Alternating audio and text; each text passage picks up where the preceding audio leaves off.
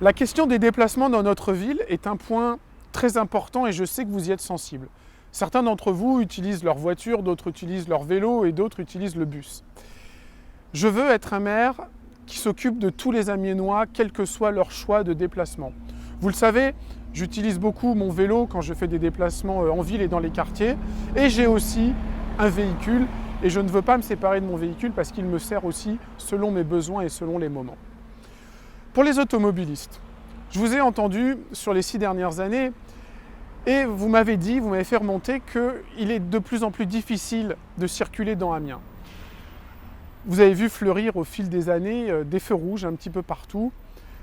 Dans les 6 premiers mois du mandat, je regarderai très clairement avec les services déplacement de la ville quels sont les feux rouges que nous pouvons supprimer sans qu'ils aient un impact sur la sécurité des piétons qui traversent. Il y en a beaucoup comme ça que nous pouvons supprimer pour fluidifier enfin le trafic. Toujours pour les automobilistes, vous êtes en attente de stationnement facile devant chez vous. Et là encore, le stationnement résidentiel est un point qui fonctionne bien à Amiens, mais qui n'est pas encore assez développé. Je m'engage donc à développer le stationnement résidentiel dans tous les quartiers d'Amiens.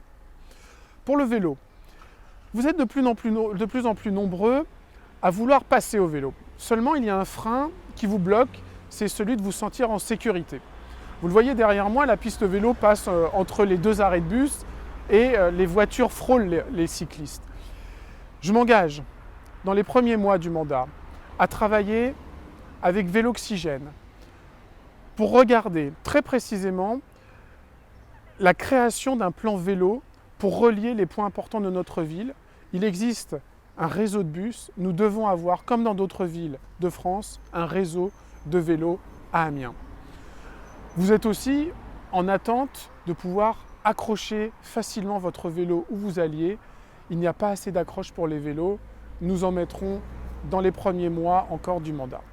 Enfin, pour les utilisateurs de bus, la gratuité du samedi est une bonne chose. Elle permet à de nombreux Amiénois d'utiliser le bus pour se rendre en ville ou pour se rendre ailleurs. Elle sera maintenue.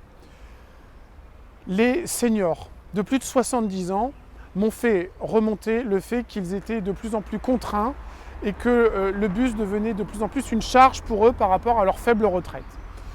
Nous avons regardé et nous sommes en capacité aujourd'hui de dire que le bus sera gratuit pour les Amiénois et les personnes de la métropole de plus de 70 ans sans condition de ressources.